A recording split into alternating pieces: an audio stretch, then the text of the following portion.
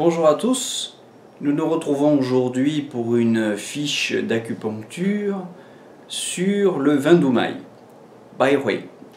Le point qu'on appelle en français les 100 réunions. Alors d'abord je commencerai par sa localisation. Il est à 5 tsun en arrière de la ligne antérieure des cheveux, sur la ligne médiane du crâne, ou bien à 7 tsun en partant de la ligne arrière des cheveux. Bon, je vous renvoie sur cette question des tsun à votre cours initial sur le repérage anatomique.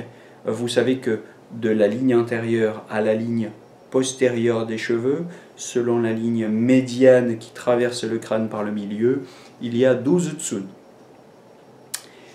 Particularité de ce point, le Vendoumaï, c'est un point d'intersection des 6 méridiens yang et du Doumaï, du méridien du foie aussi, dont le trajet interne monte jusqu'au Bairui. Donc c'est un méridien qui est très concerné par le yang à l'intérieur du corps. Et je dirais, pour le définir d'un mot, que c'est le grand point régulateur du yang dans le corps.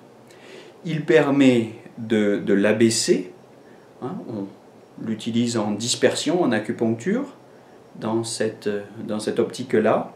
Il fait descendre aussi le qi du ciel en qigong. Donc, il fait baisser le yang. Et il permet aussi de le faire monter pour tonifier en cas d'effondrement de l'énergie, de ptose, de prolapsus. Donc un grand point régulateur du yang. Mais je précise, j'insiste, ici il ne s'agit pas du yang sous son aspect feu ou chaleur. Il s'agit du yang en tant qu'énergie ascendante. Bien, par rapport à cela, on peut évoquer quelques indications qui sont concernées par cette fonction du Vendoumaï.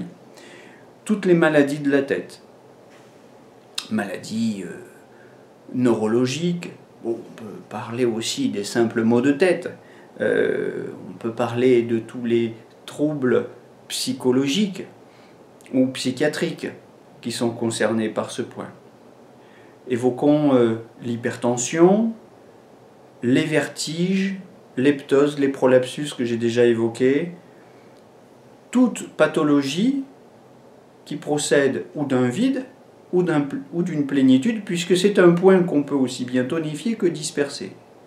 Alors, il est vrai que pour la plénitude, au niveau de la tête, on lui préférera d'autres points. Je pense notamment au 20 VB. Mais c'est tout de même un point indiqué et qui s'utilise aussi en dispersion. Alors je voudrais insister quelques instants sur le paradoxe de l'effet simultané de ce point. C'est un point qui est à la fois calmant et tonifiant. Calmant parce qu'il fait descendre l'énergie, surtout s'il est associé au 1 rein, comme c'est effectivement le cas lors de la pratique du qigong.